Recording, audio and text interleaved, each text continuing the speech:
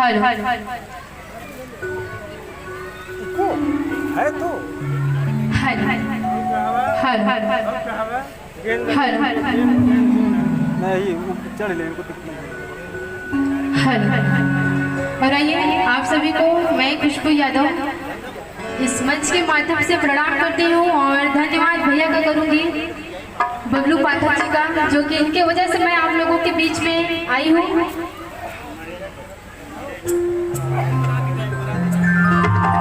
और जैसे कि आज नवरात्रि का प्रथम पहला दिन है तो मैं चाहूँगी एक माता रानी का भजन हो जाए, उसके बाद धीरे धीरे जो आप चाहेंगे वो सारे भजन होंगे जो भी होंगे गीत।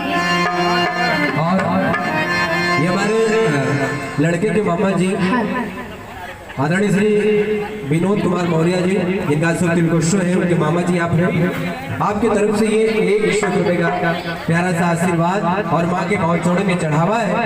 उनके तरफ से फरमाइश है कि माँ का कोई भजन खुशबू जी के आवाज में होना चाहिए।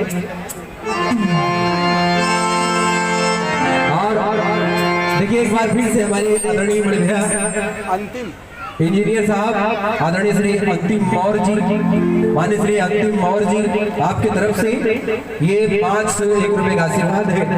1000 पूरा हो गया लगना का हाथ बना था बाबू।